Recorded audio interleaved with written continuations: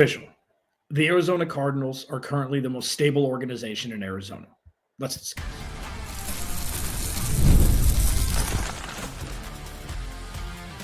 You are Locked On Cardinals, your daily Arizona Cardinals podcast. Part of the Locked On Podcast Network, your team every day. Cardinals, Alex Clancy here. Follow me on Twitter, Clancy's Corner. Follow the podcast at Locked On AZ Cards. Thank you for making Locked On Cardinals your first listen. Free wherever you get your podcast and on YouTube, part of the Locked On Podcast Network, your team every day. Today's episode is brought to you by Nissan and the all-new 2025 Nissan Armada. Stay tuned for the Armada Player of the Week later in the show. The Arizona Cardinals are the most stable organization in Arizona. We'll discuss it. Patrick Peterson today retires as an Arizona Cardinal. We'll discuss it. And with this being a quote-unquote starter draft where there's few and far between bona fide blue chip stars, at least on paper, and a lot more guys who are going to be starters, rotational pieces, whatever it is, should that be the impetus for the Cardinals trading down in any way they can, even if the return, is 50-50, the amount it should be to move down 4 or 5 spots, whatever it may be in the first round. We'll discuss that too. Now, on the heels of the Phoenix Suns being an absolute bona fide embarrassment over the last 2 seasons, it made me think. It's like, okay, so there's only 3 teams in Arizona now. People are saying Arizona State. I think the Herm Edwards kind of aura, the Ray Anderson aura, isn't 1,000,000% gone yet. Okay, plus it's college. Okay, so they want a Pac-12, they want a Big 12. That's great. Like, when you look at where the Arizona Cardinals are now, and yes, the ghosts of Steve Keim and Cliff Kingsbury past are still discussed from time to time, but the Cardinals are so far removed operationally since then that I think there's a line of demarcation. There's a line in the sand that the Cardinals have crossed. And then with the Diamondbacks, they made a World Series a couple years ago. They won 86 games. Okay. It's not like they were 110. They won the division. They made a nice run in a playoffs once. They haven't won the NL West since 2011. Okay. So this is splitting hairs among 3 organizations that haven't won a whole lot ever. Okay. The 7 seconds or less Suns was almost 20 years ago. Diamondbacks won in 2001. Okay. So this isn't something where it's like, there's 2 teams that are crushing it. One team's at the Cardinals, but now because the Cardinals are here and they're on a rise that I'm saying this. No, this is splitting hairs among dysfunction. It's what it is. But when you're looking at going into 2025, the functionality of an organization in the front office, I'm taking the Cardinals. And it's not particularly close for me. What Monty Ford has done with Jonathan Gannon, Drew Petzing, Nick Rallis as help, and the backing off of Michael Bidwell finally is a complete ushering in of what looks to be a completely different organization. Completely different organization. And it started messy, and it started slow, and then it got better, and it was still being built slow. And then now it's still being built slow, and it's exponentially better than it was at the end of the 2022 season. Methodical, poised. They've got plans. They've got contingency plans. Nothing that happens in this organization comes as a surprise that can't be dealt with.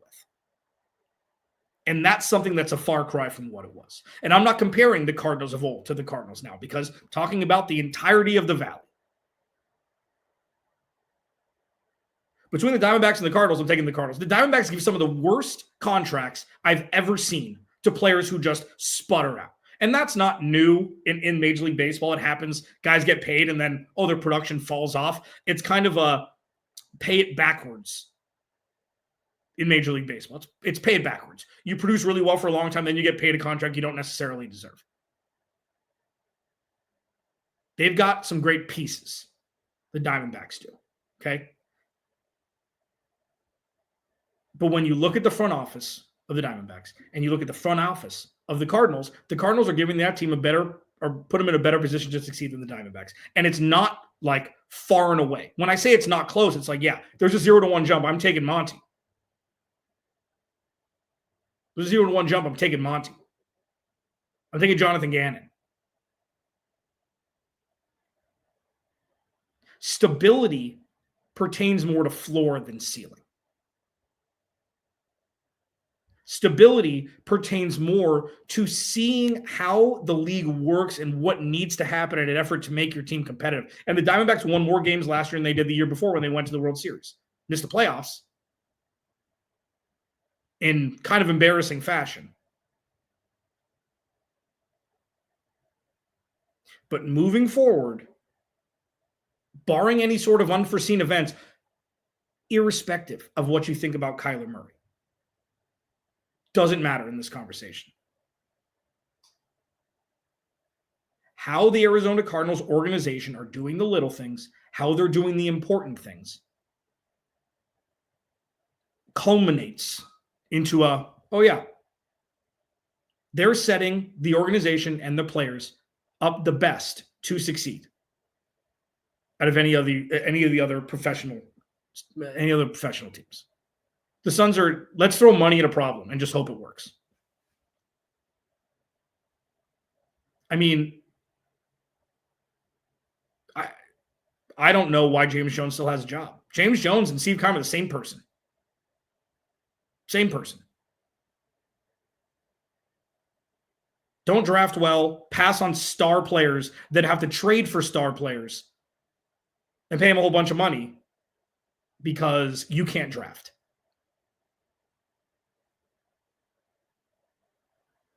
The amount of good players, I mean, you got the Mikal Bridges. I don't know if that was Ryan McDonough or James Jones. This isn't Locked On Suns. You can check out Brendan Clean and Benjamin Garcia over for Locked On Suns.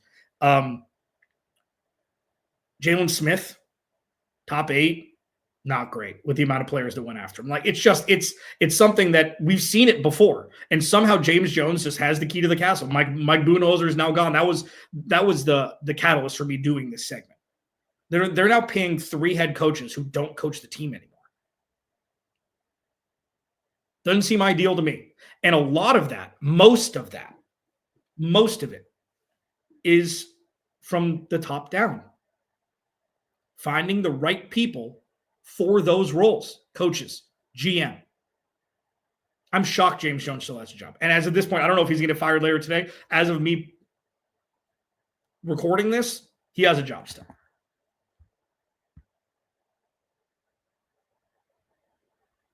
So when it comes to, and this is tough, because I'm not saying like, this isn't like Jordan, the Cardinals have won 3 division titles in a row. I understand where they are and where they were a couple of years ago when we wouldn't be having this conversation about them. But if you line up all 3 organizations right now, which one would I trust? Which front office would I trust stability-wise to give their respective team the best chance to win? Cardinals. Just is. Locked On Cardinals, your team every day. Patrick Peterson retires in Arizona. Whoop-de-doo. Got to talk about it, I guess, next. This episode of Locked On Cardinals is brought to you by Amazon Fire TV. Did you know that your Fire TV is also an Xbox?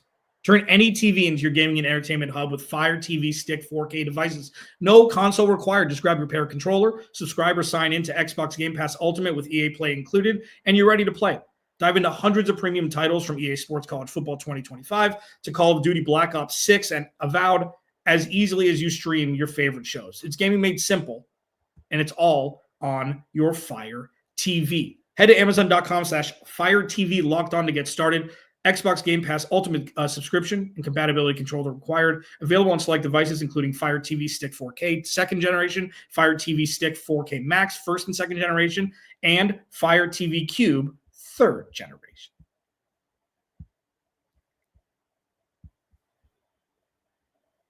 Patrick Peterson retires an Arizona Cardinal. Now, here's the thing, is I've been extra tough on Patrick Peterson since he left.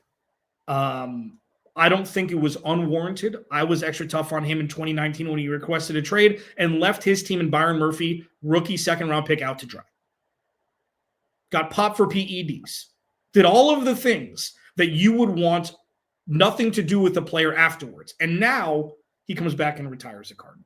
The positives for Patrick Peterson, he was one of the best in the game for a long time. 8-time Pro Bowler, multiple All-Pro. That was a long time ago. Okay, so what's happened since then? The no-fly zone. What's happened since then is Patrick Peterson became a pariah. All he did was talk crap about everybody. I know philanthropic. He and his wife have been in the valley. You obviously give him credit for that. This is more business than personal with him. It's like, okay, you requested a trade twice. You got popped for PEDs. All you've done is talk crap about the organization since you left, whether it be Steve Keim or otherwise. You talk crap about Kyler Murray on your podcast with your cousin Brian McFadden. And then people just this is something I struggle with. And this may sound harsh. I'm really not trying it to be. I'm trying to figure out the best way to say it. This is the Stockholm Syndrome thing with the Cardinals, where it's like, I don't care. Oh, it was 15 years ago. That's great. You were good for us once. You were good for the Cardinals once for a handful of years. And then I don't care what happened afterwards. You come back. I don't care how much crap you talked about. We're used to it. You come back. Why does he want to retire a Cardinal? Because he doesn't have another home. Why does he want to retire a Cardinal? Because now things are looking better here. He saw Calais come back. Oh, got to jump on that. If Calais is coming back, water must be warm. And I know that this isn't an exact science. I know that he was a journeyman after leaving here. He went to Minnesota and Pittsburgh. I know that he spent the majority of his time as an Arizona Cardinal. And I understand tie goes to the player regardless of what they do after they become irrelevant, which is what happened to him. Requested a trade twice, gave the apology on 16 at Waste Management Open, then requested a trade again. Pop for PEDs. Top crap about the organization. It's like, how much pride do the Cardinals need to have to kind of block this? I know it would never happen. I know that he's been All-Pro. He was a Pro Bowler, upwards of 10 years in the NFL. And I know that, to his credit, he wasn't given a lot of help in the cornerback room while he was here. He had 1 year with Antonio Cromartie, and that was pretty much it for CB2. So the Cardinals didn't give him the best situation to succeed. They also made him the highest paid corner in football. I think it was $1 million. It was $1 million more than Richard Sherman got. I think that's right. It was years ago. But Patrick Peterson retiring Arizona Cardinal does nothing for me. Does nothing. Does more than Larry Fitzgerald not retiring still. But we can't have that conversation. What does Patrick Peterson do for the lineage of the Arizona Cardinals? What I remember about Patrick Peterson's time here was the multiple punt returns for touchdowns in his first couple years. Quarterbacks not throwing his side of the field, which I think is the biggest offensive cop-out, not offensive like offensive, offensive. The offensive side of the ball cop-out in football. And I think people are starting to go away from it. Oh, that corner's too good to throw to his side. It's ridiculous. I think we're removed from those days. And him getting absolutely torched by Cam Newton in the NFC Championship game. That's what I remember. It's charity work? Sure, of course. And then getting popped for PEDs, requesting trades twice, and then talking bleep about the organization since he left. They kind of cancel out for me. It just shows how few absolute superstars the Arizona Cardinals have had over the last 20 years on this roster. Or 25 years, whatever it is. All pros. How many have there been? I mean, Fitz, Bolden. I don't know if Teron Matthew was all pro. Kevin McKenna there, you can do your research for me. Doesn't really matter. You get your shout out anyways.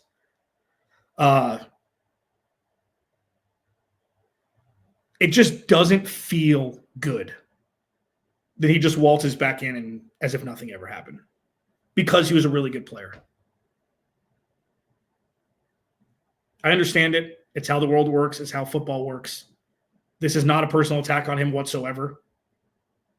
I mean, every interaction I've had with him, every interaction I've seen from him with him, like he's a very, very nice man who's very philanthropic. Him and his wife both are. He's a great family man.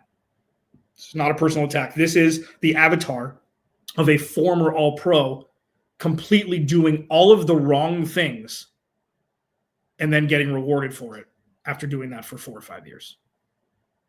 I don't know. Tie goes to the player. Tie goes to the Cardinals, wanting to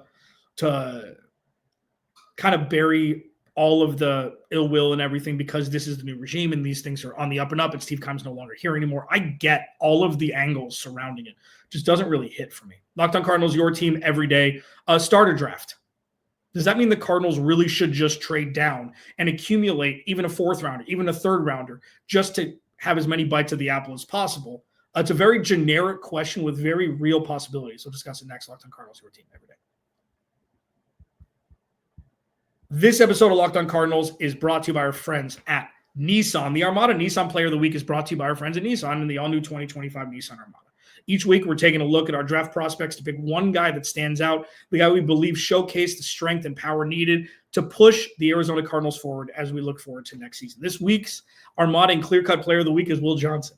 And it's fascinating. The reason why is because it looks like now he's going to drop because he's not running the 40. He's a low percentile in arm length. He's a lower percentile in the shuttle drills. It's like he could fall to the Cardinals at 16 when he looked to be a top 10 pick, last week, 2 weeks ago, which is crazy. When it comes to, the Nissan Armada, they say go forth and conquer. And that's exactly why I think Will Johnson can do. I think that's what he can do. It's clear that our player of the week is out here ready to conquer the road ahead with confidence, just like you can in the all-new Nissan Armada or any of their outstanding vehicles. Take the Nissan Armada, Rogue, or Pathfinder and go find your next big adventure. Shop NissanUSA.com.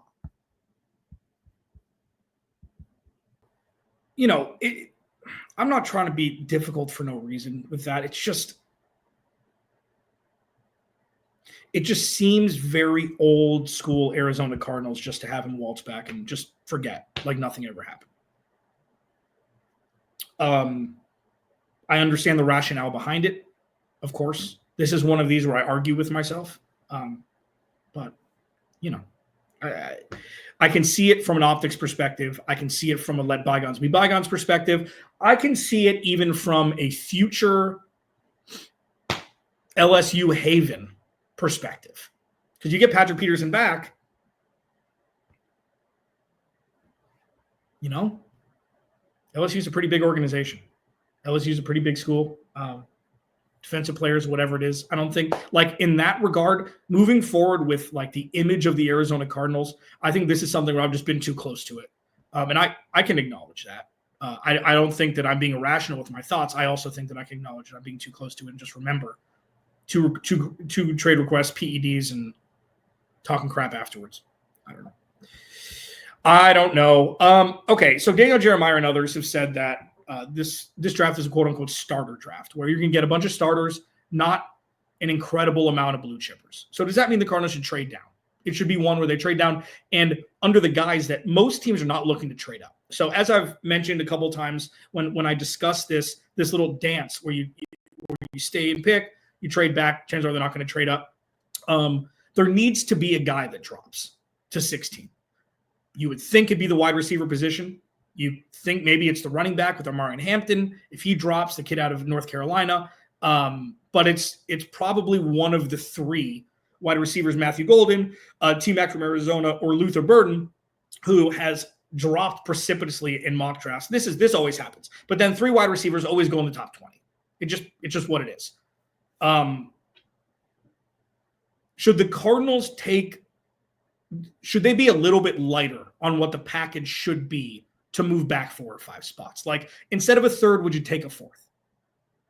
Instead of a 3rd, would you take a 4th? And the tough part about this is, while the chunk of 30 to 70, the 2nd and 3rd rounds, or you can get a bunch of starters there. And, if with Monty Osborne's ability to identify talent, especially from the offensive line position, could you see him move back up? Things like that. while I know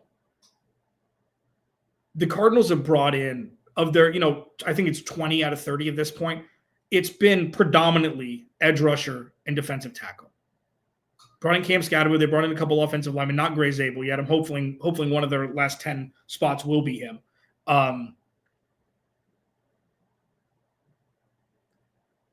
If you're not 100, as close to 100% certain as possible, that you're getting that guy at 16 with all of the pass rushers and all of the interior defensive linemen,